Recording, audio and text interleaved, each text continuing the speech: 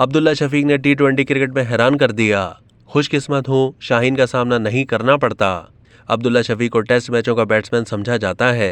Pakistan super league में लाहौर कलंदर्स की जानिब से उन्होंने पेशावर ज़ल्मी के खिलाफ 41 गेंदों पर 75 रन बनाए, जिसमें 5 छक्के और 5 चौके शामिल थे।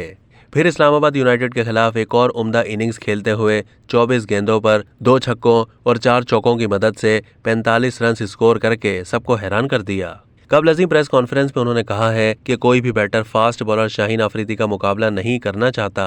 मैं खुशकिस्मत हूं कि शाहीन अफरीदी का सामना नहीं करना पड़ता। मुझे खुशी है कि मैंने टीम की जीत में अपना हिस्सा डाला है। शाहीन अफरीदी तमाम खिलाड़ियों को बैक करते हैं। उम्मीद है कि आइंदा भी अच्छी कारकर्दगी होगी। मुझे चांस मिला तो बस यही सोचा था कि अपना बेहतरीन दूं। कज़ाफी स्टेडियम में नई पिचेस बनी है। शुरू में खेलना आसान नहीं था, लेकिन बाद में अच्छी बैटिंग हुई। उन्होंने कहा है कि प्रेशर रहता है, लेकिन पॉजिटिव रहने की कोशिश करता हूं। कलंदर्स इंतजामिया की जानिब से बहुत ज्यादा एतमाद दिया जाता है।